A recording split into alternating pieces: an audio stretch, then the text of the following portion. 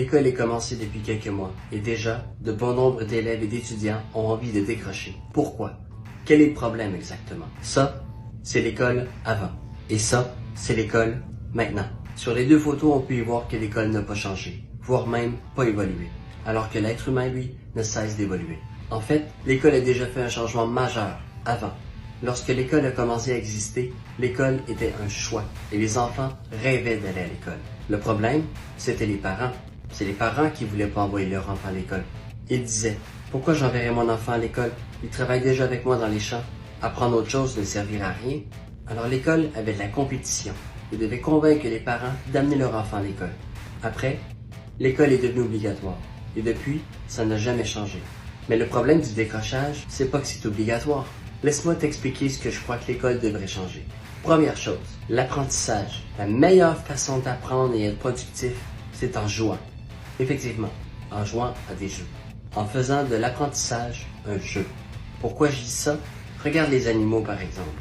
Dans un monde sauvage où la moindre erreur peut s'avérer fatale, voire même la mort, eux, leur meilleure façon d'apprendre, c'est en jouant.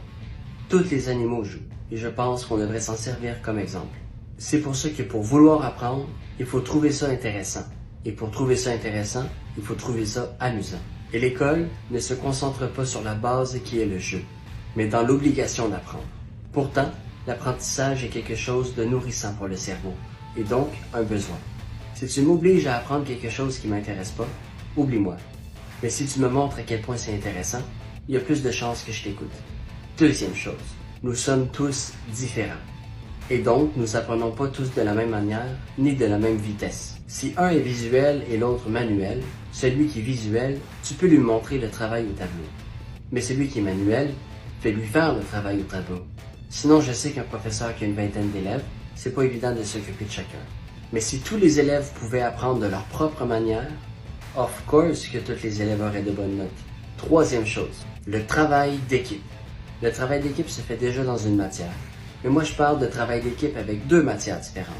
Si l'un est bon en mathématiques, mais pas en français, mais que l'autre est bon en français, mais pas en mathématiques, les deux élèves pourraient s'entraider dans leur matière qui les intéresse. Et ça rendrait les choses beaucoup plus intéressantes. En plus, te faire apprendre quelque chose avec une personne qui est de la même âge que toi est beaucoup plus attirant qu'un professeur autoritaire. Voilà ce que je pense que l'école devrait changer. Mais c'est mon avis personnel. En passant, non seulement c'est les élèves qui décrochent, mais aujourd'hui, les professeurs aussi le font. Il faut que ça change.